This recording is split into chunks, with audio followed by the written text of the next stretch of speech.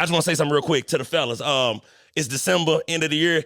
Please have your pockets together, fellas. And here's why I say that. It's a lot of spending you're going to have to do. If you're dealing with a young lady right now, Christmas, Valentine's Day is in a couple months. Get your pockets together, man. Put a couple checks up, you know what I mean? So you can do something nice for your woman, man, because it can get sticky. You know, this time of year, you got a woman you trying to, court and please.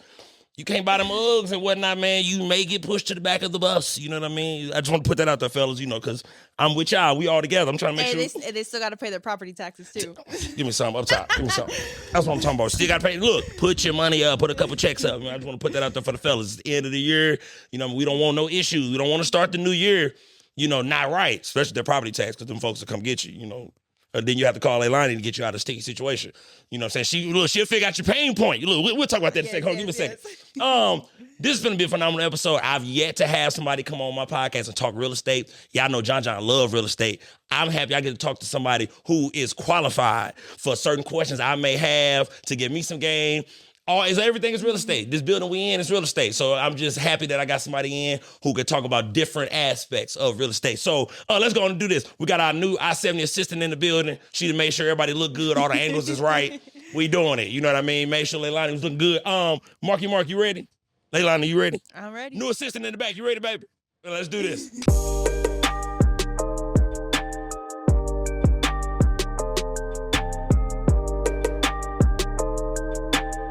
Welcome back to the I-70 podcast. It is your boy, Jonathan Little, a.k.a. John. Make sure you like, subscribe, share, hit the notification bell, man. Tap into what I got going on. This is the I-70 podcast where we bringing the world together one episode at a time. That's right, and I'm your favorite host, John. That's what I do. I talk to, wonderful people who doing things in a major way from all walks of life. Now, as I said before, this individual I got in the building is certified when it comes to this real estate game. She's been doing it big since she was maybe a sophomore in college. Am I right? You know what I mean? When it comes to this real estate thing, I've done my due diligence and my research. Let me give her flowers real quick before we get the show going.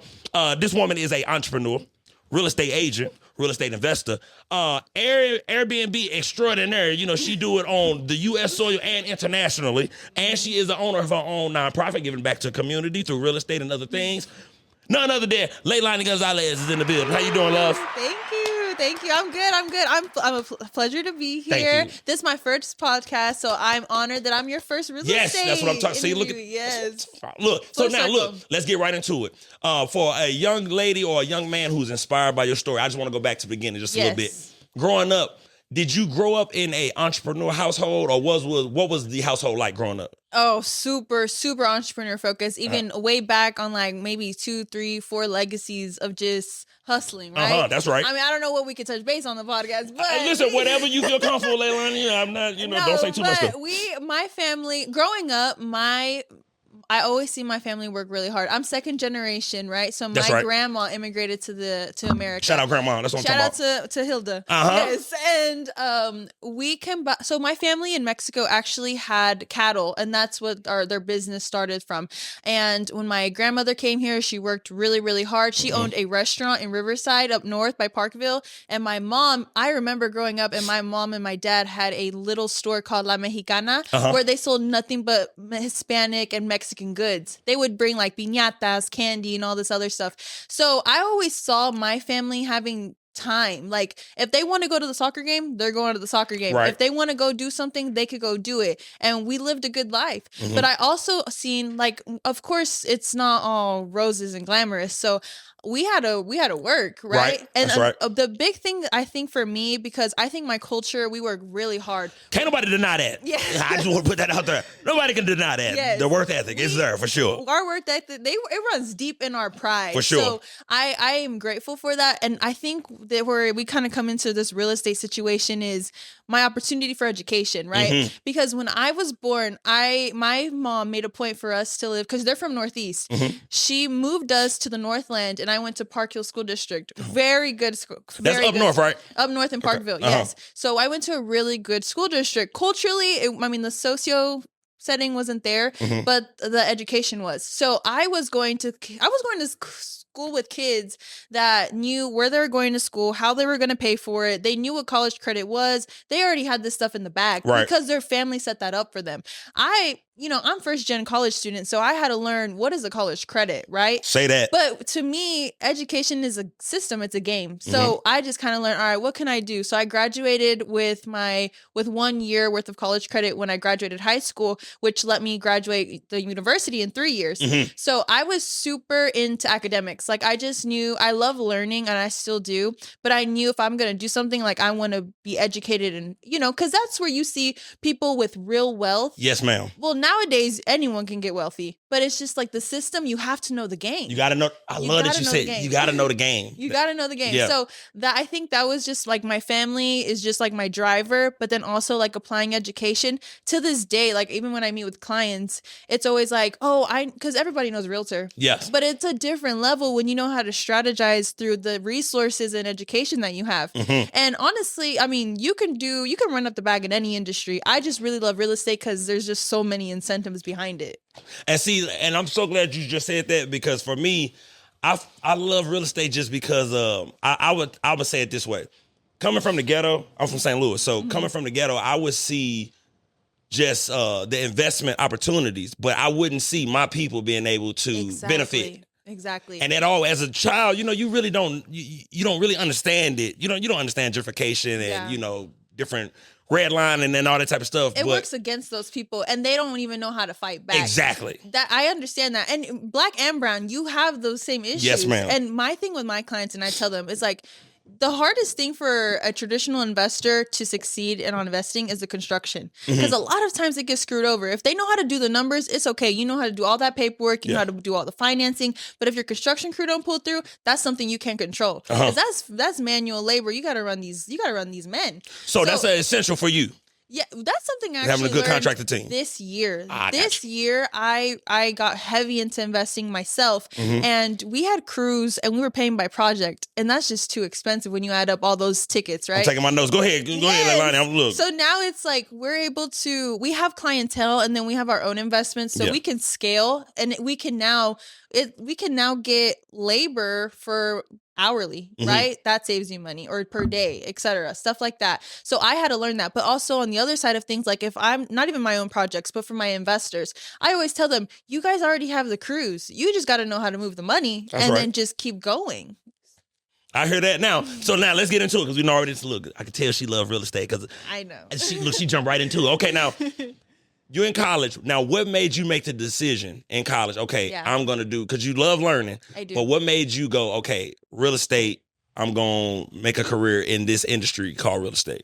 Okay, so what was that moment? I'll give you context. Okay. Like graduated high school, went to community college. I worked 2 jobs and was still going to school. And I was just trying to, do your thing. You don't know what you're doing when you're 18, 19, 20 years old. Facts. So when I got to university, I went to UMKC, and they're like, you have to pick your major. Well, I know myself. If I wanted to be a lawyer, a doctor, I just got to go study, run through that curriculum, and then go pitch myself and get a job. And I didn't want to do that. When I asked myself, like, what do you want? Like, what do you really want to do? I didn't want to work a job. I didn't want to go and have to go somewhere and go clock in, clock out. I hated that. Yeah. I hated that. I'm the type of girl, when I was younger and had part-time jobs, if my family was going on a trip, I'd quit my job to go on a trip. I'm going. Regardless, I didn't care. So I knew on that job I can get another job. So it wasn't tripping for me. Yeah. So when I got to university and they're like, you have to pick your major, I knew I wanted to do business. I knew I wanted to be an entrepreneur. I wanted to own my own business. I didn't want to work for nobody. That just didn't sit right with me. So when it got to that point, I was studying finances, and I had an internship at selling life insurance.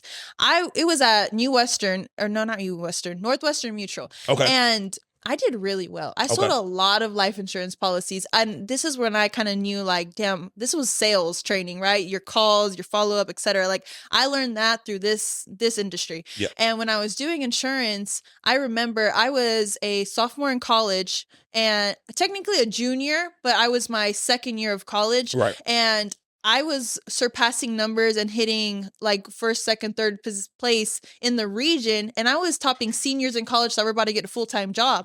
So, and I was doing so well. And this has always been my niche, is volume and units. Some people go, and this is kind of what irritated me though, is because like my supervisors would tell me, Laylani, you're doing really well, but go target higher net worth people, lawyers, doctors. The people I was bringing into the top floor of that building were construction workers, cleaning companies, people that look like me, but they ain't earning like what the other people look like. So, and also I was the only other girls in the office were the receptionists, and I was the only person of color. So to me, I didn't like that corporate style. I knew I felt blessed because I got that opportunity, and that's what we think as a culture is what we want. And then when I was in there and I did well, I was like, I really don't want this. I knew I wanted to learn about money. That was my whole point. So that's when I got my real estate license, joined a team, and so the United States is like the hardest place to sell property in. We have the most laws, restrictions, all these other things. So I got my real estate license, became a realtor. And so this is my senior year of college, got my license in February. I also had an apartment downtown on Broadway, and I needed to pay the rent. I was broke, broke as hell. Oh, we all been there before. Job, Lord Jesus. just got my license, totaled my car, and I was struggling in school. You totaled your car too? Was it your fault, baby? It was my fault. I was on my phone. So, damn, my mom gonna hear this. Yeah, sorry, mama. Sorry, mom. Okay, so I was just not in a good place, obviously, but that was really like the turning point for me, because this is what happened.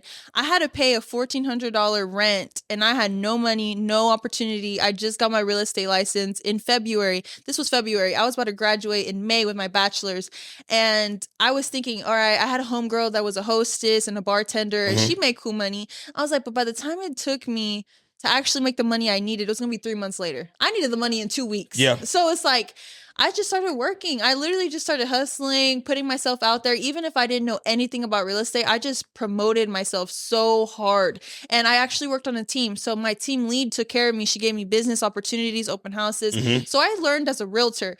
So from there, I kind of just kept building my business. I actually turned that apartment into an Airbnb. And then really? Yes, that's how I got my first Airbnb. Yes. So now walk us through that, because you've done Airbnbs, like I said, internationally. What was that like? What gave you that idea to turn your current apartment into your first Airbnb deal? It wasn't even my idea. So it was. So when I had that apartment, I had told my mom, like, I got this apartment. I don't even know how to pay the rent. And she connected me with Carlos, who's my partner. And he was like, he had already done 150 units on Airbnb. So he's like, oh, like, I got you. Because he was cool with my family. So he started teaching me Airbnb when I was just with that one apartment. Then from there, I'm full-time real estate, but he was still scaling. So he found he was about 40 units in Midtown, and I got about 2 of those units. And we just kept going and going and going.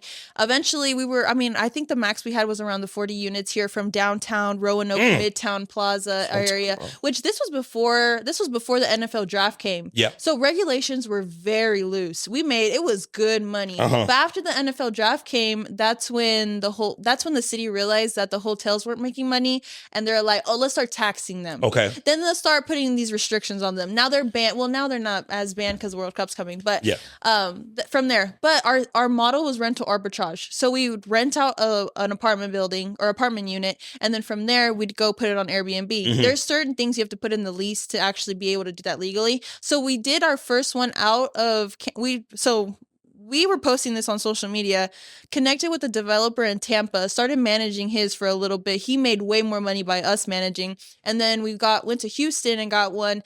Houston was cool, but it's very saturated. Like, Houston's a very big market, and there's Airbnbs on every other corner.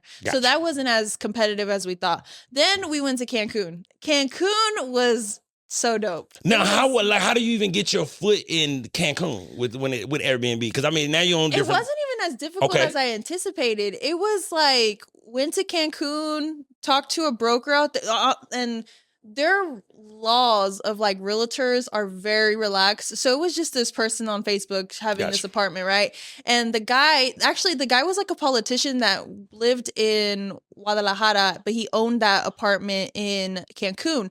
And we said we were going to lease it and we remodeled everything and put it on Airbnb. And the thing about what I learned in Mexico though is the seasonality is much more different. In Kansas City, you can make money on Airbnb from like March to probably October, and it's very strong on the market. March, October. When March Madness starts, you have the volleyball coming, everything starts, and then we have the summer, then we have all the fall activities, and then November, December, January is kind of slow. Gotcha. But in Mexico, people only travel really into Cancun like probably 6 months out of the year, but it's 3 months this time, 3 months that time. So the other months that you have it's vacant. Gotcha. So it only makes sense if you own the property because you can make money on an annual basis. Does that make sense? Yeah, it makes sense. And then what I want to ask you is this: how is the Airbnb market right now, currently? Right now, it's in Kansas City.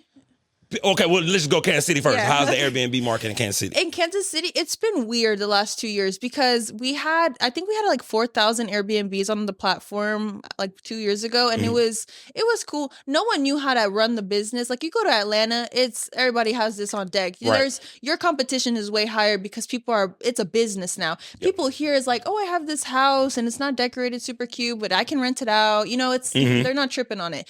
But here, I think there's a few heavy hitters that are still doing it, but because of the city restrictions, it's just been more difficult. But now with the world, we don't have enough housing. One for just home sales, right? But for Airbnb and what we have coming with the World Cup, people are gonna have to stay in Topeka, Baldwin City. Like there is not enough places for people to stay. There was barely enough places for damn fly. Get up there. We have a special guest.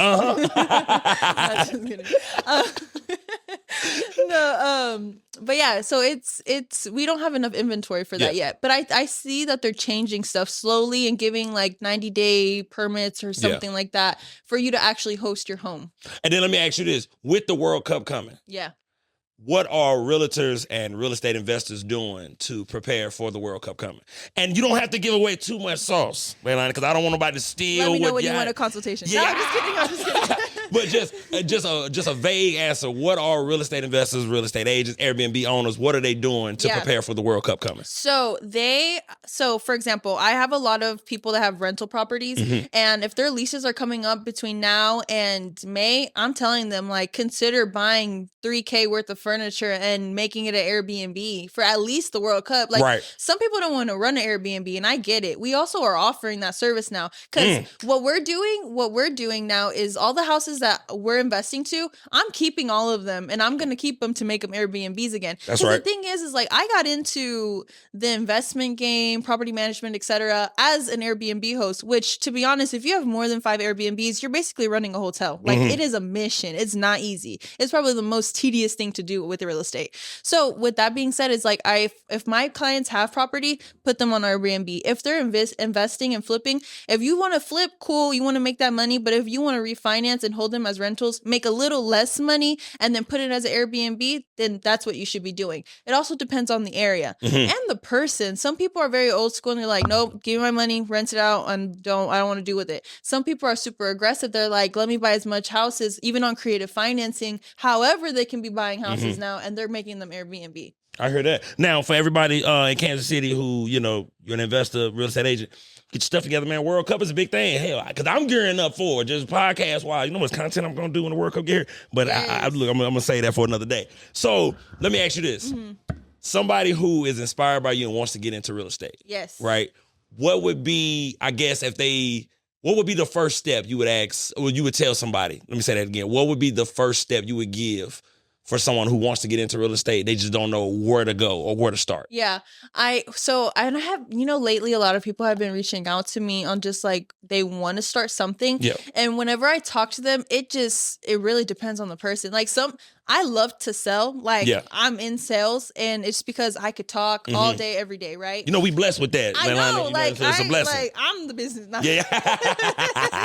No, but like when it comes to it is like, I know in my business specifically, like there's tons of opportunities. If you don't want to talk to someone, okay, go start running ads. Go start doing ads, right? Or if you want to start getting deals and selling some off-market houses, okay, then this is how you wholesale, right? Yeah. And stuff like that. Right now, what we're doing in our office is just like, like people that we're open. You know, I don't gatekeep. And that's one thing I always tell everyone. It's like, I'm going to tell you what you want to know. At the end of the day, it's up to you if you do it or not. That's right. So if anyone's really just trying to get into real estate, go to networking events. Kansas City's industry is very small still, but we have such a good platform and no one's using it a lot yet. You know what I mean? So going to networking events, coming to our office, coming to conferences, like those really do make a difference. And even like me, I've been in real estate like 3-4 years now.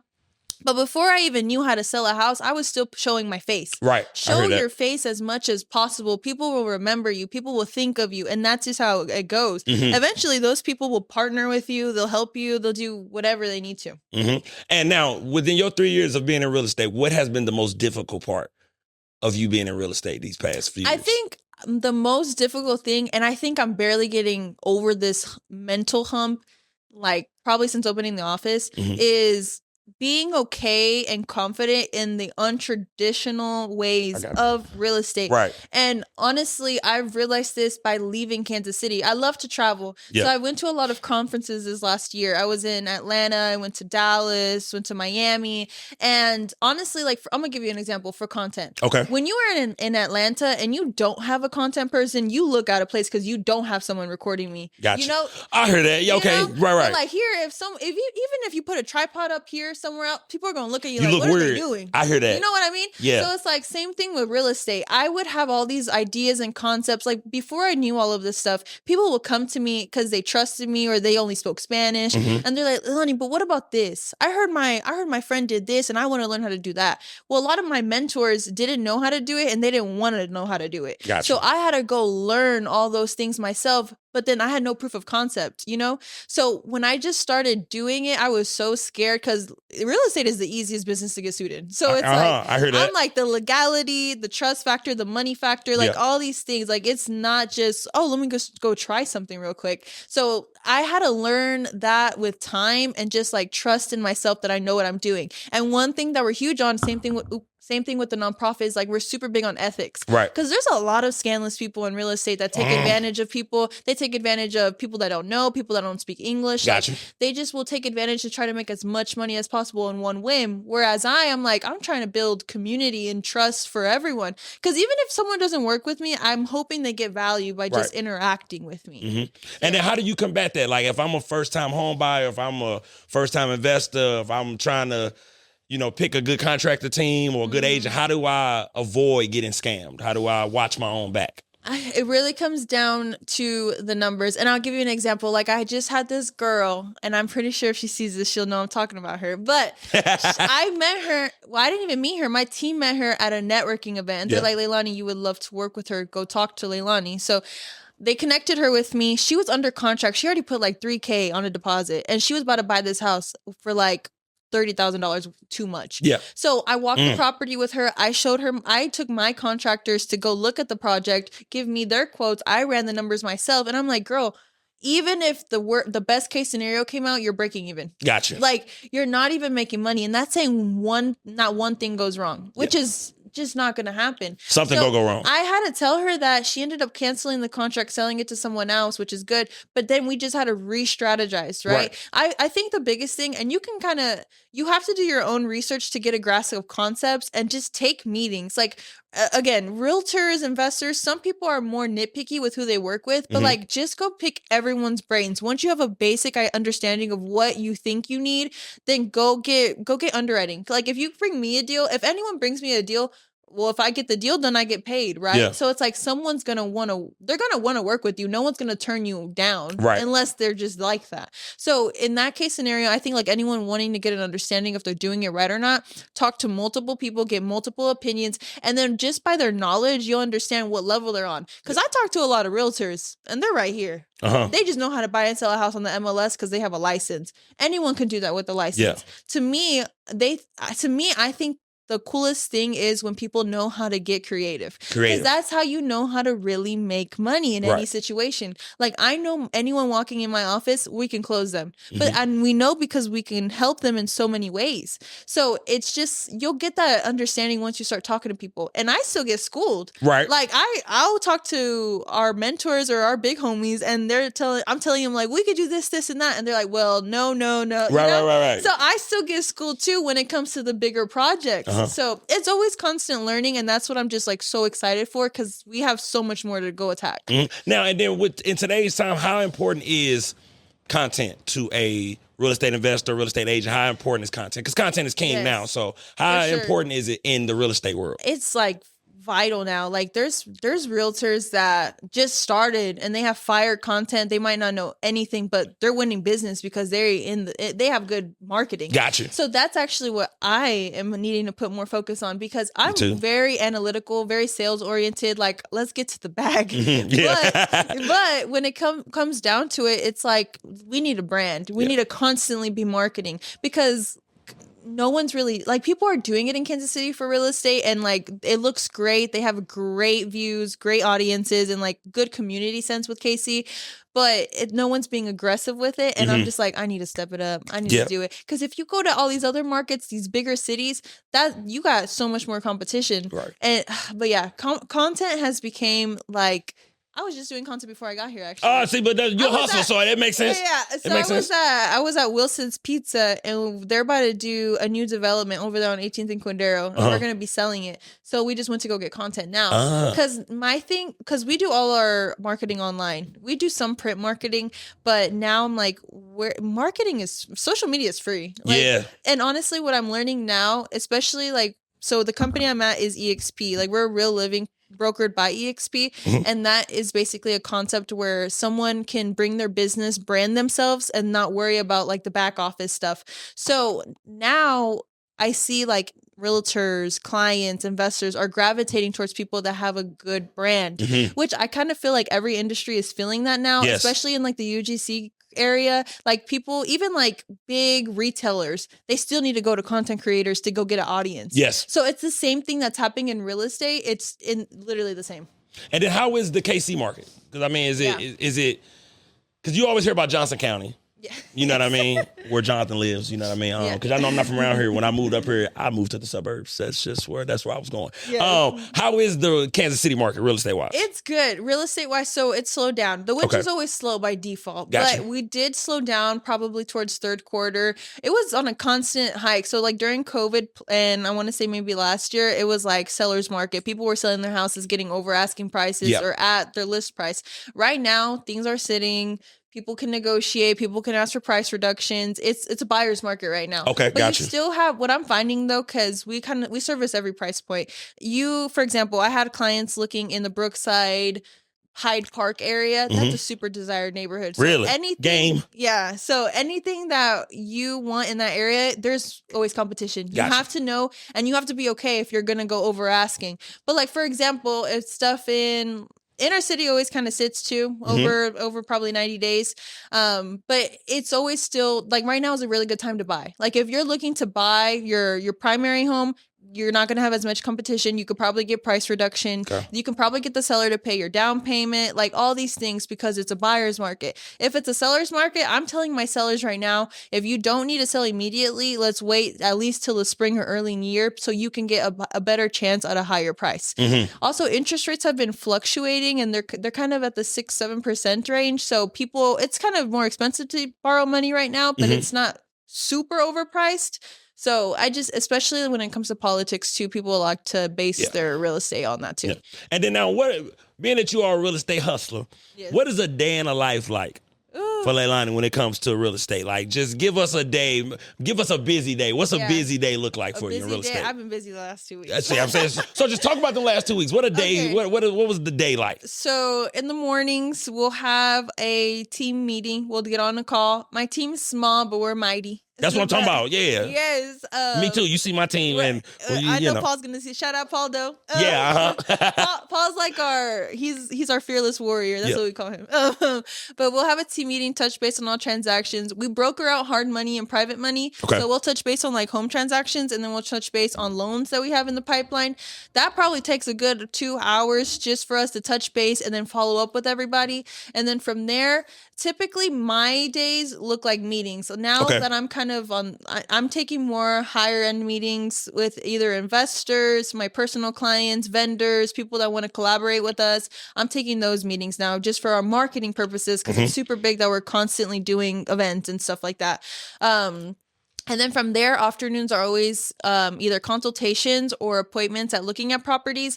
And what I prioritize over anything is like my personal circle that I work. So anyone that I know is a referral from clients, or anyone that I know is going to be a longtime investor, or even like my personal family. So right now, I like to focus on like strategizing to do like 2, 3, 5-year plans. And then let's see what that looks like. And then let's actually go and start buying houses in these areas, and then kind of breaking down the deals. And then from there, we're working on like multifamily commercial stuff, new development projects. So I really only like I'm kind of in this transition of I still need to operate. We're doing our systems and everything, but now I'm taking meetings with more logistical things to go do bigger projects. Now. Yeah.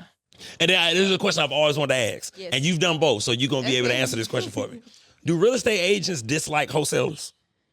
Yeah. If they don't know better. Because I've wholesaled and I'm a realtor. And that's why I asked you. So you would know, do real estate agents dislike the wholesale process because you don't have to have a license? Yeah, so traditional realtors do. And honestly, that's like, they're cats and dogs, right? So, and I was taught when I got into the business, like, you can't wholesale. Right. There's legal ways you can wholesale. You know what I mean? So I actually love, and I just got off the phone with some girl. She's a realtor and she wholesales. So like when we speak the same language on both ends, it's so peaceful. Yes, because if I'm talking to a realtor that's just like, oh no, it's like, all right, like let me not step on no one's toes. Like it's a personal matter at that point. You know, there's obviously ways you can view it where it doesn't make sense for you to do so, but you could do both. And honestly, that's the big thing. It's like you learn how to wholesale, you learn how to be a realtor, you know how to do creative financing, subject to all these things. You got so many tools on your tool belt. So if you have a chance to look at a property, you know how to take it down anyway. Exactly. And then, because for me, I love to tell this story. I came, wholesaling came into my life, if you will. Yeah. I was driving for Amazon, right? Yeah. And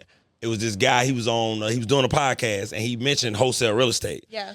And what drew me to it was when he said, oh, you don't have to have a license. Yeah. You can have bad credit, whatever. And I'm just sitting, I'm driving, I'm like, what the hell? Wait a minute. You can do real estate and don't have to be an agent. I knew nothing about creative financing when it comes to real estate.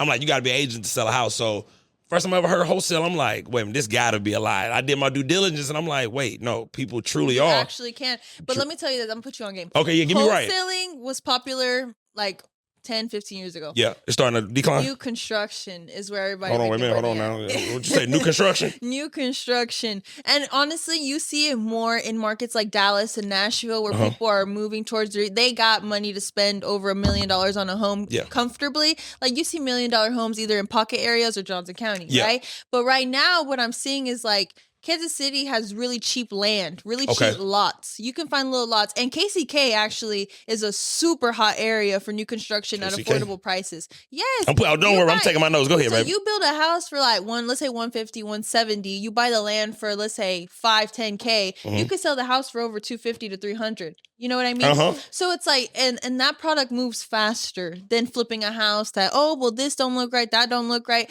But it's barely getting started. Mark my words. In 5 years, that wave will already kind of be in motion. The new construction wave. Yes. Good. Yes, this is why I got somebody here about real estate. That's why. And then if you're going to wholesale, you should be looking at wholesaling land. Wholesale land.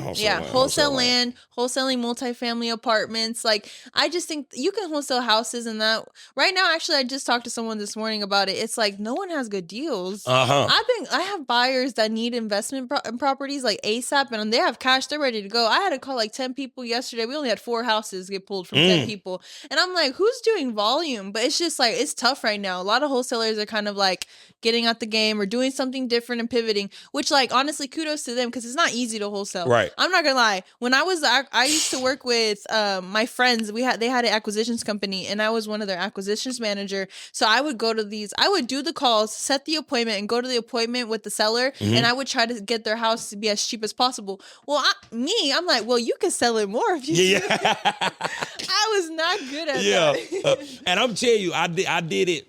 Did you wholesale before? Yeah, I have. Okay, how did it go? It went good, but I mean, to your point, it was difficult because, okay, let me put it this way. I'm like you. I like to talk. Yeah. So when it came down to cold calling and all of that, I'm like, oh, I can do that part. Yeah. But to your point, wholesaling was tough because you got individuals like, well, where's the money? And I'm telling them, I'm connected to the investor, so I don't personally have the money. I'm just in control of the money, but they're not trying to hear that. Exactly. So that's what made it tough because I was literally trying to legitimize myself. Yeah. And I'll tell you a funny story. Is one, I went to my first viewing. I went to go view the property.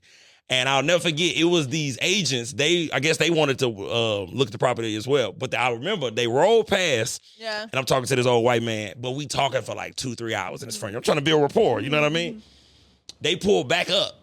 Completely just tried to disrupt the meeting. Like walked up, as me and him was talking. Are you serious? I swear to God. Yeah, I mean, just try to. Didn't even care that you're there. Did not give a damn. You know what I mean? That's rude. Luckily, the gentleman told him, "Hey, I'm talking to this gentleman. Can y'all please come back later?" Yeah. But that goes to what you were saying earlier. This game is very cutthroat. You know what I mean? It's individuals. Ruthless. It's ruthless. And I've seen scandalous things happen. I've seen people lose money, lose homes, and you gotta be like tough. At the end of the day, like business is business. Yeah. And one thing I think I'm good at this is putting everything on paper. Okay. Like, I'm super efficient with our paperwork that a lot of times like our agents will be like, well, they're like clients complain. Yeah. You're going to get people that complain and they're going to make it a little difficult for you. But there's a system, there's a process, there is a sales process, there is legal processes. Yeah. So it's just like, you got to restrain that. But other agents and wholesalers, it's a ruthless game. We've had a lot, even friends, you know, you going to compete on offers, you're going to compete on investors, clients, projects. And it's disappointing because I've run into instances where it's like, you don't think someone would do something like that, but they do. But at the end of the day, that's why it's so fruitful and abundant when you have good network that they trust you. You know what I mean? Yep. So yeah, no, I get you though. So were you wholesaling in St. Louis? No, so as a matter of fact, it was both because I'm from St. Louis. So when I started, I'm like, well, I'm up here in KC. Yeah. So I might as well do the driving for dollars and, the things up here in KC while everything else is going on in St. Louis. Yeah. And then I just hit a rough patch in life where I kind of just put real estate down. Because like I don't have to tell you, real estate get tough. It does get tough. You know what I mean? You got to have, I think I'm in a benefit because I'm in real estate. So I make money in sales doing it. So I can kind of nitpick when I want to do this and that. But for someone outside looking in, it's a lot of information. It's a lot of information. Yes, ma'am. A lot of things that you make one bad decision, the whole thing goes down. So I get. Because I'm gonna need you to do a consult. I got you. Because for me, it was like, and like you said, it was so much I was trying to put in my brain, learning about ARV, and I know it was just a lot. So yeah, you should have a whiteboard. I could have did a breakdown right here. See, look, thank you, baby. I be fucking up. You know what I mean? I be trying to get myself. You know what I mean? No, but that and like I'm very analytical, so I'm super numbers oriented. So like for me, I'm very conservative too. So like I'm not going to be like, well, you can try to sell it for $250, but I only sell it for $210. Like I don't do that. So, but I got really good at the numbers behind it. But that was hard. I remember like I tried to wholesale, like it was 2 years ago. I was trying to do my first wholesale and I had no idea. I'm like, well, you should make $30,000. I didn't factor in title fees, realtor fees, earnest money. Fee. Yeah, all that stuff. Like, I didn't even know about all that. So it's like I was scared to advise on investments because I was like, well, shit, I don't know how much money you're gonna make and what's gonna go wrong or right. But now being in my own projects, because our first project we already over budget. We went over $20K on a budget. So it's just like, dang, we're still gonna make money. But it's like, ooh, we shouldn't have done that, and we messed up. And I'll tell you why. we did the deck and the porch first. So we did the exterior work before anything, and the city put a notice like, oh, shut that shit down. Oh. So I was like, oh, we didn't take out a permit. And that's when the city got involved. They're still involved. They're doing inspections, all this and that. But that has cost me $20K over budget plus like 6 months on the rehab. And I have a loan on it, so I'm paying interest. So I had to learn that. But we kept going. We kept going. We kept going. And now we have one in KCK that's supposed to be finished within the week. And that's going to make us like maybe $60,000. And we're keeping the house because we're refinancing it as a rental. I know that's right. Yeah, it took me a while to get that though. Yeah. Oh, it was tough. And then I'll say another thing that discouraged me. I'll never forget. I just knew I had a deal. I'm like, okay, I'm gonna get this one. Yeah. And I you got to get, investors to come in and look. And, so I get these two old white guys. They come in, they look. And Laylani, they just discouraged the hell out of me. Like, it was just, and like, and looking back on it, I never really recovered from it. Really? Because they kind of made me feel like I had no idea what the hell I was talking about. Little bro, Fuck little bro, goddamn me, grandson me, and that. I mean, it was just I'm talking. Them two white men had me standing in that basement like, what the hell am I doing in real estate? They're looking at you like, why are you here? And then look, and I'm gonna say this because I'm on my podcast and I can say what I want to say. This is what the older white gentleman said to me. He was like, yeah, man, a property like this, I'm gonna be honest with you. He was like, I would just get a Latino family to move in, get them to fix it all up and keep it moving. I bullshit you not, Laylani. That is what he said. I'm not even... He said, I'll get them to buy it and let them fix it up for cheap. That's exactly what he said to me. I hope the numbers made sense. But let me, like for real, that is one thing that and that's kind of why we did the nonprofit, because I've seen so many people with real estate license scam Latinos. Talk about it now. Just because they don't know, and they ain't going to get financing at the bank. They don't trust the bank. Even if they have everything to go get the loan, they don't trust the bank. It's a culture thing. It's a fear thing. Yes, ma'am. But they take advantage of that fear and make them feel like this, when in reality, they doing the whole thing. They doing the whole thing. They just can't read the contract. That's the difference. It honestly like frustrates me so much when people are just not ethical with it and take advantage of Hispanics, because like, that's it. They're gonna. For example, I have people that always tell me like, same thing. I had this. Take your time now, Laylani. I see you getting worked up, baby. Yeah, I see. Go ahead, girl. There was this one Facebook post that was like, someone had said something like, I like houses in Kansas because of like Hispanics in the area.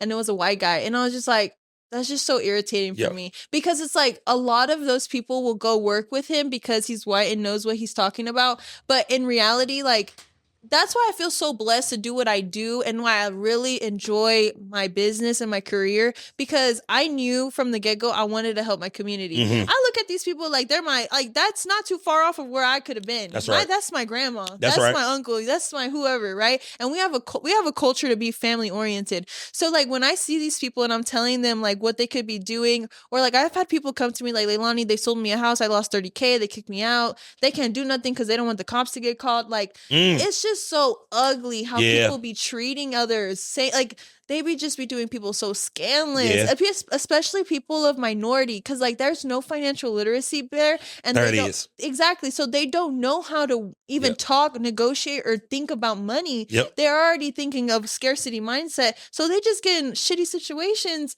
It's so frustrating for me, honestly, and it bothers me truly, because like growing up, we ain't have all this and that. Like, hell no. My mom barely became a homeowner not too long ago. So it's like, I've seen all of this of us being naive and ignorant to the fact of money and finances in America, that it's like, ooh, it just bothers me. So one thing like with our nonprofit is we've created a financial literacy curriculum, and we have a really good family friend who's an educator, and she's super big on the community work, and she built us this financial literacy curriculum to give to middle schoolers and adults to talk about budgeting, credit, savings, and all this stuff. Eventually, obviously, real estate's my vehicle, so if you want to talk about real estate, let's do it. But a lot of times people just need to know how to do their taxes. They need to know what a 1099 is and a W-2 is. You know what I mean? Because it's like, people want to be like, I don't need that, I got cash, I got something under the mattress, which is cool, do what you have to do, but at the end of the day, it's like, what are you building for? What's the legacy left behind? Are you going to pass these habits and this same mentality to your grandchildren? Is it going to keep living on? Because it's a generational thing. A lot of people get stuck right here and they just can't break it out because they don't know better. And they have this relationship about money and the government and all this and that they feel like they gotta you got to learn how to play with them. You said it earlier. Play the game. Exactly. You said it earlier. Honestly, I'm so straightforward about it because that's how I see it. Like the economy and everything behind this country is a game. It's like you gotta learn talking that shit on I said that's what I'm talking about. Yes, you gotta learn how to play the game. Play the game. And this is the thing. The wealthiest people look broke on paper. Do the same thing. That's what I tell my clients. They're like, well, I got 150K cash. I want to go invest into a property. Break up the 150, go use a loan and go get 10 houses instead of sticking that 150 in one house. Go leverage the debt, scale, and go do 10 houses at once. Refinance, keep the rentals. There's tax incentives if you buy a rental property. Yeah. You can write off 7 years worth of taxes for your personal taxes if you buy rentals. I'm gonna replay this whole episode and take more notes. Yes. So there's so many tax strategies, like all this stuff that you could do with just real estate itself. And I think people just don't know that. Not even that. It's the bridge. It's like people have some resources, they can figure it out, they have the work ethic, but the people up here that already figured it out, they don't want us to know. Right, you damn right. They don't want us to know. And they don't want to they don't even have the time or patience to deal with people like us that need hand holding, that just don't know how to get to the next step. So that's why I'm like, well, this is what I thought. Kansas City's about to grow. We're booming, right? We're going to keep going. Okay, how long have you been here? 6 years now. Okay, something like that. You know where the West Side is? Yeah. I've done a few boxing events over there, West Side. Ain't that right? East Side you Road. box too? Indeed. So that's my trainer right there with his punk ass. You guys know Flaco Ramirez? Yeah. I interviewed my dog. I did. With who? When we did the boxing event, and his gym always comes, his fighters always come. I interviewed him on I-70. It was a short episode I did. I introduced you to one of my clients. He's one of the trainers out there. Okay. Yeah. Anyway, so the West Side, they gentrified the West Side. You damn right. It's the same thing happening. My theory, which I know I'm right, is they're gentrifying the Northeast now. Okay. On Independence Avenue over there, you see Pendleton Heights. Those houses are $500,000. Those used to be community homes of multi-generational living. Now it's just people from Boston that go buy houses that just love the diversity. Right? You say Independence Avenue. Yes. I used to buy weed over there when I first moved over there. When I first moved to KC, I'm not gonna lie, y'all. I used to buy a little weed on Independence Avenue. You know what I'm saying? They took care of me down that way. I just want to put that out there. I'm sorry, Laylani. Go ahead, baby. For who? No, I was like... I'm trying to get... I will not reveal my source. He was Hispanic. Yeah. Oh, that's crazy. Okay. I'm sorry, I messed the whole shit up. My bad. But anyway, people from Boston gentrifying the Northeast. Well, for example, because a lot of times like that Independence Avenue, you have Pendleton Heights as the first neighborhood. They made CPKC Stadium right there, right across the highway from Front Street. Front Street has like $20,000 homes. Okay. I have one for sale if someone wants one. Talk about it now. Yes. So I know that they're going to gentrify all that area. They're losing space on the mile radius that's hitting downtown. And right now downtown has so much development going on. They're going to have to use those areas like how they did in Beacon Hill over there by the east side. Oh, the east side is getting gentrified, and that didn't used to look like that. 18th and Vine, all those new luxury apartments. You damn right. That's what they're about to keep doing. Yeah, just build I think they should not be doing the apartments. They need to build houses, but also like the city is working towards that because the city came out with pre-approved plans. So if someone wants to build a house, they have like 5 options for you to pick from architects that they have, and then you can just go get your builder and have it get built. And there's a question I've always wanted to ask somebody: how do we take advantage of gentrification? Us minorities in the communities that are being gentrified. Buy houses. You guys need, I think minorities need to buy houses and they need to start creating wealth and having a real estate portfolio and actually start building assets. Right. A lot of times people, don't get me wrong, it's just who we are. We want to go on vacation and we want to buy material things, a nice car and whatever the case is. You need to learn about life insurance and 401ks, Roth IRAs, mutual bonds, stocks, real estate, all these things. To me, that stuff was interesting because I saw old white guys moving millions of dollars tax-free to their kids. And I was like, how did they do that? Right. And they would tell me how. And I'm like, well, that's not illegal. And they're like, no, it's legal. I'm like, what the hell? Like, why don't we know that? Yeah, you know you're what I right. mean? Another thing is like life insurance. Like, there's ways you can use life insurance to your advantage. It's just people don't know that. But another thing too is like, how many people do we know that pass away in the minority groups and everybody got to put in for the casket? You're right. Why don't we pay a $30 monthly fee to go get life insurance of $200,000? That's what I'm saying. It's like, it's the ignorance. You can't even blame them. It's just they're not well educated. Yeah. They're not we're not taught those things. We're taught to survive. You know, we're not taught to flourish and be abundant in opportunities. I heard that. Now, speaking of that, Marky Mark, because she just put something in my brain. You got life insurance? You do? Good, because Mark is leaving us in a minute to go out. Mark is an actor, okay? Oh, okay. Yeah, he going out there. He moving out to L.A. on us, Wait a okay? minute, okay. You can say I'm gonna die in L.A. Well, I did not say that, brother. Hey, Look, hold on, wait a die in minute. LA now. Listen, look, that's what I'm saying. On me, that's my jam. What I'm saying is this, Mark. You finna go out there in Hollywood, baby. You feel what I'm saying? He already do commercials here. Okay. He going out to L.A. to, shoot big, shoot for the stars. I need my percentage, baby. If anything go wrong, big dog, you know what I'm saying? Hey, you got him as a beneficiary? No. No. See what I'm saying? He bullshitting. He dragging his feet. Like, We gonna have to put something in the trust. Yeah, man. Look, come on, bro. Go on, get that life insurance, baby. The trust, I trust that you're gonna be the one that kills me, John. And not get my percentage? Why would I do Hey, that? we're not in St. Louis, y'all. Listen, let me say something. Laylani, we're not gonna do that, baby, because I moved up here to My bad, KC. my bad. Y'all shooting the shit out of each other up here too. No, for real. You know what I mean? I think our homicides is low key higher than Oakland. You see what I'm saying? There's a lot of motherfuckers getting belt to ass up here in KC too. That's why I live in the suburbs. We're not safe anymore, y'all. You know what I mean? Listen. Or you can get with Laylani, if we buy up the community and really do it B.I.G. No, Now, for real. if I see, now tell me this, Laylani, I'm rolling through the ghetto and I see me a hood house. Yes. Boarded up, abandoned. Obviously nobody's there. There's no upkeep. Yeah. How can I turn that ugly house, that abandoned house, into a real estate investment? Okay, just like how you went and you had opportunities, but you didn't know how to finish it off and get it sold. I am a person where you said, hey, Laylani, I have this house over here. My homeboy got a house over here. We want to sell it. We can make a cut, right? You send that to me. I'll do your numbers. I'm gonna tell you how much do they want. And but this is my thing too. I don't want to do the legwork and then I want you to learn. Right. Yes, ma'am. So if someone's over here telling me, Laylani, I tell this to my homeboys. I tell them to my homeboys that actually do live in those areas. I tell them, if you find ugly houses, tell me, because then we can run the numbers. If I can sell that, I'm going to give you a cut.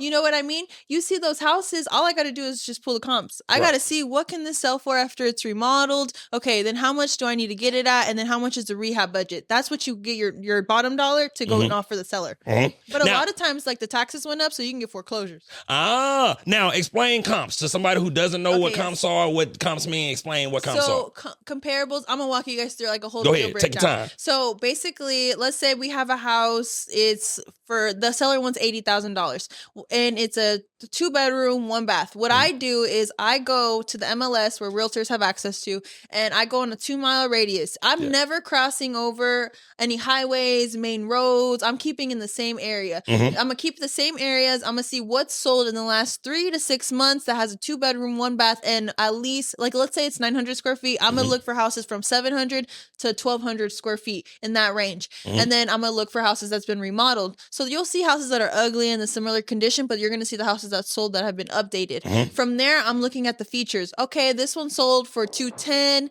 and I don't have my phone. Basically, you get your ARV is after repair value. Yes, ma'am. You get at least 3 comps, which are comparables. You get 3 houses that compare to that home in after repair value, after it's been remodeled.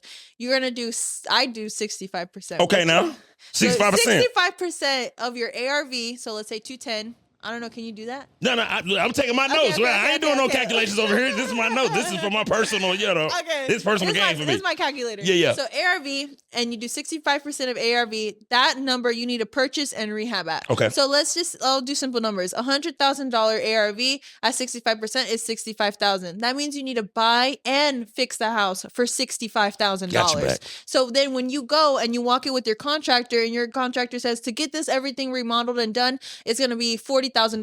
Well, 65 minus 40, then that difference is what you got to go to the seller and say, hey, I got to make this. Right. Now, if you're wholesaling it, this is what you have to do. you have to do your minus your repair value, minus your 10K or 15K fee, and then that number is what you got to get the contract at, and then sell it for 15K over to your investor. And does it help a wholesaler to have access to a real estate agent? Because for me, one of my homeboys, he had he had MLS access. Yes. Because he was an agent. So Yes. I was able to get the best comps. Yes, Because he had MLS access. So would you say that investors who aren't licensed should have some access to an agent? Absolutely, because you need to see actual market data. Like Right. you can go on Zillow, but those are estimates. Those Right, are yes, never ma'am. actual sell information. But a lot of times too, and I don't think people know this, you can go to a realtor and ask them if you pay like, let's say $50 a month to have access to their MLS as an assistant. Mhm. So then you can go and the realtor don't care. You're just going to be on there using whatever you want for the MLS purposes and just pay them the fee to get access. Yeah. And is it tough? Because I mean, I would assume this is a extremely male-dominated industry. Is it Yes. tough as a woman sometimes doing, big is. deals and things like that? And you know what? It's inevitable. Like I don't get my feelings hurt about it anymore. Yeah. Like a lot of times, like my partners they're guys. Right. So I'll talk to someone and I know what I'm talking about, Uh-huh. and then they won't listen to me, and they'll listen to the gentleman because he's a man. and Yes. he's gonna talk to the man, Uh-huh. but I don't care because at the end of the day, if they need something, then they come to me. They gonna come ask you. it's Yeah, that's like, right. You know, Uh-huh. but also like being a woman in the industry has been cool too because you get to empower women in That's a right. way that they're not comfortable in doing, right? Yeah. Finances is a very uncomfortable situation for anyone. Mhm. For a woman, it's like a lot of times men don't want us to think about that. Yeah. Women don't want to think about that. So it's just like when you have to talk about that and strategize and invest, it's empowering for them, but it's uncomfortable. Mm-hmm. Now, Marky Mark. Oh, what you got? You still got the mic. Was you finna say something more? Oh, you just being awkward holding the fucking mic. Listen, how we doing, Marky Mark? Good. So look, I have a question for you. Yes. So with real estate, and you got all these different. Your tool belt is full. Yes, yes. Right. You could do a lot. What is your favorite thing about real estate? Ooh. Is it the community work where you can serve your community and give back? Is it the entrepreneurship? What is the thing about real estate that you love the most? I'm going to say, okay, I love everything I do, but I think my biggest goal, and this has been, my eyes have been set on this goal since I was in college, is having an international real estate company. Can we get a hand clap, please? Thank Yeah. you. God damn it. You ain't gonna hear it on episode. I do snaps. We do Okay. snaps. So my business is going to be international, Yeah. and we've been international. Yes, We've been ma'am. blessed to have that opportunity, but I think that's what gets me so excited is that like when I travel, we go look at real estate. Like I love doing that. I know that I have partners and people with money that are able to go do those things and make sense. So like for me, I think my favorite thing is either educating my community and like really seeing people's light bulb turn on and I'm giving them their power back in a sense. And another possibility just for me, because I'm also building my wealth through this business, is just seeing those opportunities. Like the next big, like one thing that I have set for next year is I want to own a hotel. And I know that's right. Yes, and I want to own a hotel in Kansas City because I just think that'd be so dope. That like would. have a whole different vibe than what we're used to. But eventually, one of my bigger goals is to own a hotel on the beach, like a boutique hotel. So I think that's just one thing. Like when because business gets you can get stuck in the business and you can kind of feel like there's no growth happening. But I think that's what I've always had my vision towards, and it gets me excited. So now, and owning a hotel, because I'm gonna be honest, don't ever let John own a hotel because the vibes that's gonna be inside that establishment, man, oh man, you know what I mean? Because I wouldn't put no fancy steakhouse or nothing like that. You know what I mean? My shit would be ghetto fabulous. I put a Popeyes at the bottom of mine. You know what I mean? And really do a BIG. You know what I mean? Listen, I'm trying to tell you now. With those goals, what steps are you taking to ensure those goals get met? So obviously, when you have rentals, you're building a portfolio, right? And that's a business because you have rental income. So we're fixing and flipping houses. We're keeping them. We're building our personal portfolio. Obviously, you need to raise your capital. So we're doing that grunt work, right? I think we're on project 5. We're probably going to be doubling it up when the year comes in because we have our construction stuff down. So once we get to a certain point, then we'll be able to. Well, and I'm saying this like very conservative that we do the long road. Yeah. But also I sell multifamily. Like I'll sell apartment buildings, and if I can build equity into those deals, I will. Yes. So those opportunities come all the time, and if it comes sooner than later, we'd be blessed. Now tell me, I got this plan in my head. Now you in this game. Tell me if I'm just completely off, or give me some advice. Give me some tips. Okay, buying a property. Yes. Okay, my thought is, okay, I'm a first time home buyer. Okay. Say I'm a first time home buyer. Okay. And I want to buy a multifamily. Yes. I want to buy a duplex, if you will. Yes. And I want to live in it Yes. for that year. Yes. And then move out and put somebody else in that unit that I was in and then do it again. Is that a good plan, or give me some advice on how to curate a better plan?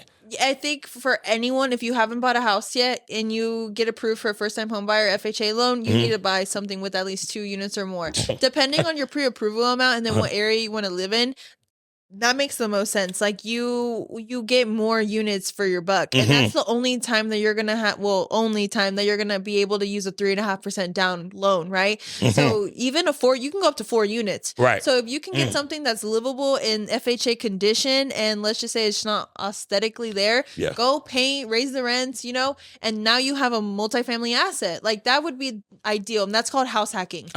Yes. So I just want to put that up. Clearly I know the fuck I be talking about. Fuck all y'all, you know what I mean? I want to have somebody to blame, you know what I mean? Because I've been feeling disrespected by my plan. I be trying to tell my plan, old white guys at the plan, they be that doesn't work, boy, fuck you. So what you could do there is you get approved for FHA, go do house hacking, get something with over 2 units, rent out the other side. If it can cover your entire payment, great. If not, pay the difference. Raise the rents after the lease ends, and then you can even make the other side of Airbnb. Honestly, you could. And then from there, just buy a house every year. Right. Like just keep buying a house every year, live in it, and then keep moving. Yes, this woman, see, she ain't do nothing but come in and just confirm. I thank you, baby, because I've been thinking in my head, like, because I've wanted to get back into real estate. Like I said, I just went through a time where I put it down, and as you know, sometimes it's hard to pick it back up. You know what I mean? And start to want to go through the hills and valleys of the real estate game. I think that's the easiest thing, because you're just going to go through the bank, get your pre-approval once you get your finances submitted, and then from there you just start house hunting. And a lot of times these houses, if they're on the market, they're in good condition most of the time. Now, if you're investing, it's going to be more of a mission, because you're dealing with, let's say, loans, hard money, higher interest rates, construction timelines. So if you want to be less hands-off and kind of play like that game of I just want to live here and make that money, house hacking is the best way. Anyone from 18 in the early 20s or just hasn't used a first-time home buyer, you should be doing that. Yes. And before you get married and buy a house with your spouse, you guys should both be using your FHA loan separately and then moving in together. Because once you're married, it's not going to be the same. See, now that's a gem. If you married before you both should use your first-time home buyers. Get some, generational wealth going, kickstart it, and then use both those loans before you guys move in with each other. That's what I'm talking about. For sure. Yeah, see, y'all need to listen to the I-70 podcast. I'll be trying to get the game. Oh, what you got, Esai, bro? You got something to say? I got a question. You guys mentioned Airbnb. I've heard recently that Airbnb is getting banned in a lot of states. Oh, you guys talked about that already? No, go ahead. Could you explain why that is? Yeah, so I will say for like Kansas City specifically, they started banning Airbnb after the NFL draft, like we said, and they started taxing them as hotels. They started putting restrictions on, like, if you have an Airbnb next to another one, so many feet, you can't do that. Or a certain percentage of the occupancy in a multifamily unit, you can only have so many Airbnbs there. So they started getting more restrictive, then they completely banned it. And some people did get grandfathered in, but others just weren't able to operate. But they are bringing exceptions because the World Cup is coming. So there is incentives for you to go and put your house as an Airbnb. So is that just Airbnb, or like what's stopping someone from like setting up their own scheduling, like from a different app that's just like not meant for that, What I would recommend is, because it's not even Airbnb, it's short-term rentals. So you could do a midterm rental. So like, let's say for furnished finders, which is usually for nurses. Furnished finders is usually where nurses go for 30-day stays, 60, 90-day stays. If it's after 30 days, it's considered a midterm rental, which is legal. So if you have a house, you furnish it, and then you're able to go and get a nurse for a 90-day contract, that's fine. But if it's a short-term rental, there, depending on your address, because like there's some areas in the Kansas side, not KCK, but like I think it's Olathe or Shawnee, one of those areas you're able to do so. You get your question answered, my brother? Yeah. You know what I mean? Look, shout out to all the people. Look, because I need to know this, man. You know, you got individuals who trying to get in the real estate game. You just trying to go, raw. Get you some knowledge first before you, jump into the game. Strategy. Get you some strategy, man. Because that's why I was so happy when she said she was coming. Because I knew I was going to get some game, because the boy want to get back into this. You know what I'm saying? I want to get back to the real estate game. Let's do it. Now, how important is a team in this real estate game? Oh my gosh, I'm so grateful for my team. Mm-hmm. Like you, especially in real estate, because we don't know when we're gonna get paid. You're Right. gonna put the work in, and you're just gonna have to see that fruit of your labor Right. whenever that time is coming.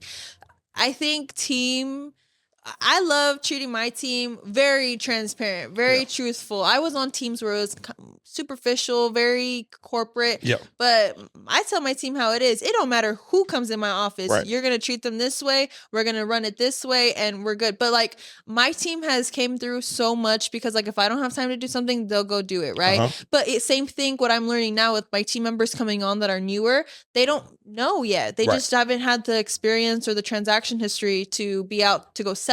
So to me, it's a symbiotic relationship because I have business that I need help with and they need opportunity. Now I'm teaching them what they need to do to go work that opportunity and to continue to do business. I think our company is going to grow. Our team is going to grow. If anyone is interested in, working with us, please let me know because we have an office in Brookside. It's open for anyone that would like. What's the address, babe? It's 7017 Oak Street, Kansas City, Missouri, 64113. We're like right on the same strip where Front Range Coffee is. Gotcha. So if anyone's interested in like working with us, learning about getting into real estate, they definitely can come into our office, meet with my team and see what we could do because we have opportunities. If you are like, hey, I want to be in real estate, but I don't want to sell houses to buyers and sellers. Okay, let's get you with investors. Right. I want to wholesale. All right, let's wholesale. I had a family friend of ours and she's been shadowing me and she learned she used to work for a property management company. And she's like, Laylani, can we start doing Airbnb stuff? I said, perfect. So now that's kind of like the blessing in disguise. I have people that are like bombarding me with opportunity, but now I'm just breaking it down to my team. Some people want to do Airbnb. All right, let's go build this out. I know how. Let's have you operate it. People want to be agents. I'm teaching them. That's one thing too. It's like, if you're on my team, I'm teaching you everything. Right. I don't want my team to just be just one vertical. Like I'm going to teach you the whole thing because if someone comes in, you know how to close them. Yes, ma'am. And I know that's what makes us different from a lot of these other realtors and real estate companies because some people just know one thing or 2-3 things, but they don't want to go too far out. Yeah. We service so much and we know how to do it so well that I want anyone coming under us to do the same thing because at that point you're just serving people at the highest extent. Yeah. And also we speak Spanish, so that's like been a major plus with us. I heard it. And then if you've been a fan of the show, y'all know Jonathan has been working on his Espanol. I'm getting pretty good. What I can say is I can do the basics, y'all. I've told all the gentlemen at work, stop speaking to me in English. All my dogs, Jose, Luis, y'all know what I'm talking about. I told them stop speaking to me in English. I get offended. You know what I mean? Let me work on my Espanol. You know what I mean? Let me give y'all one. I'm going to tell y'all my favorite one. Me hablo poquito Espanol. Okay. That's my favorite one. Do you know how to say interview in? Hell no, how I say it. Entrevista. Nah, I don't, because I can't do it. I be having to say it like 4 or 5 times. We should have did like an intro in Spanish or something. Well, we should have, but I would have had to work on it. I'd have messed it all up because I could, like I said, I could do the basics. I come right in, buenos dias. I come right in. I got all the basic stuff. You know what I mean? Buenos dias, buenas noches. I got all that. You know what I mean? Even I got one little like overtime. Me and my dog Jose always walk up to him and I'll be like, "Vámonos la casa." Let's go home. You know what I mean? Yeah. I know I be missing a little shit, but I'm working, y'all. I'm getting there. You know what I mean? Yes. And when I do, it's on. Hey, they appreciate that though. They do. They do. You know what I mean? Yes. And then look, I'm gonna be honest with you. The white dudes at work, y'all be hating. Y'all be mad because Louise and Jose always come up to me, ask me como estás, and I say it back. Y'all be hating, man. Y'all don't like when I be hitting them with the muy bien and all of that. And it's been cold outside, y'all. So I be hitting it with them. Am I saying it muy frio? Muy frio, yeah. Close my damn laptop. I told you I'm getting good out here. You know what I mean? And when it's hot, y'all, muy caliente. Oh. Hey, man, I'm cold. Listen, Laylani, I want to thank you for coming. But what did in the future? How can people get in contact with you? How can they network with you? How can they do business with you? Bring you transactions? How can they get in contact with you? Yes. Should I put my number out here? No, hell no. Because then you got creeps who will do that. Hell no. Give them the Instagram and shit, baby. My Websites. Instagram is Laylani Ali. It's LAYLANIARALI. And then our business Instagram is also Real Living KC. So you guys can DM us, reach out to us. And honestly, I'm super open. I'm born and raised here. So we could talk about a well-verse, whatever you guys want to mention. So we could talk about community. We could talk about transactions. You got a house to sell. You want a house to buy. Creative finance. I have houses owner to owner. I know a lot of people don't have access to those, but I'm able to get you in a house with like 5, 10, 15K down and no credentials. I don't need your taxes, credit, nothing. Oh, see that's what I'm saying, man. Tap in with my girl, man. She trying to look. Yes. She's doing work for the community. Yes. Okay, yes. And look, you ain't gotta be no minority. She doing business with everybody. Everybody. But she helping out the community. Single family homes to apartment buildings. Let me know. You know what I'm saying? No, but thank you for bringing me on. I appreciate it. I'm honored I was the real estate guys. Look, first one. You know what I'm saying? Look, hey, y'all could never take that away from Laylani. She came and gave game. And my first podcast. Give me something up top. And see, that's what I'm talking about. For me, it was mutually beneficial. I got a guest and I got to, get some advice about real estate game. You know what I mean? Because John John let her learn. What you got, Mark? What you got, baby? I don't know. We may have to price tag this episode, John. There's too much good information. Okay, you might be right on that, Mark. We may have to make this exclusive. You know what I mean? Well, the owner of the network's right there. You know what I mean? We could just, do it, but let me know. Hey, we can get more exclusive, but we need to do another one. See what I'm saying? Now look, that's my favorite. I love when my guests want to come back and do it. Yes. Hey man, do you think it's about time we start tapping in doing double ups, bro? No, I think it'd be good. Oh, you don't need the mic. Well, I think it'd be good for one of the houses that you're getting ready to sell to do a podcast inside of it to showcase. And we'll do a walkthrough and everything before. You guys like a before and after like fix and flip? No, so once it's ready to sell. Okay.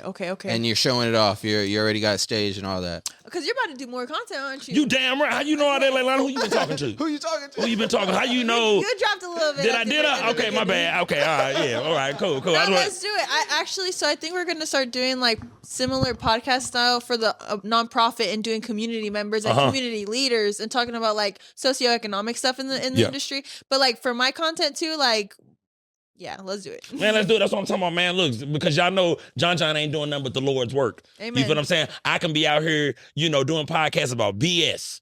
You know what I'm saying? Stirring up stuff. This woman came in the building. I could have been asking her all kind of dumbass shit. You know what I mean? For real. Well, now, look, before we get out of here, let me do one. Laylani, let me ask you a question.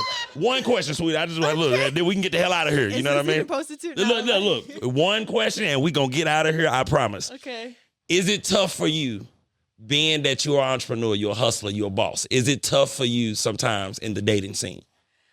So I have a man. So it's not tough then? No, well, actually, we met through business. Shout out to you, boy. You knew what you was doing. Yeah, and he do, and we work really, really well together. And I just don't see how I could be with someone that's not business minded. Because I think like I'm an entrepreneur, but at the end of the day, I'm a woman. So it's like you, as a woman, you let your man lead, and the man if I know all these things, the man needs to be right around that corner ahead. You know what I mean? That's advice to all men. If you're gonna get you a woman in a certain field, you need to be knowledgeable about what she's into. You know what I'm saying? She's a boss. You know what I mean? You got to be on your in the right direction. That's what I'm talking about, man. You know what I mean? That's why. Look, thanks, Laylani, for answering that. Because I be trying to get better at this whole podcast thing. I be trying to be all nice and whatnot. No, you kept it professional. Didn't I? Yeah. It was very cool. I liked how we kept it super real when it came to like real situations. Yes. And then we got to keep it 100. Yeah, you know what I mean? Look, that's what I do, man. It's I-70 podcast, baby. What are we on, episode 133, 134, something like that? I've been rocking and rolling, you know what I'm saying? Oh, and let me say this, Laylani, let me close the show out. I just want to say this to all the podcasts in KC. I put belt to ass on y'all all this year. I'm just putting it out there. Belt to ass. I whooped y'all ass all 2025. And 2026 is going to be the same thing. It's going to get worse. You feel what I'm saying? Because finally, the powers that be, he's becoming a little more lean. You know what I mean? You got to, You didn't put the foot on the neck. Because I know, I peeped your feed. I peeped everything you got going on. But I know you got something up your sleeve. You waiting to pull it out. That's what I'm talking about. You damn right, Laylani. I need to know who Laylani been talking to. You know what I mean? Because she know that I'm finna, turn this shit all the way up. Yeah. It's been another amazing episode of the I-70 podcast. It's your boy, Jonathan Little, a.k.a. John. Make sure you like, subscribe, share. Hit the notification bell, man. Tap into what I got going on. Y'all see I got real estate in the building. Who knows who will be next? It's the I-70 podcast, and we out.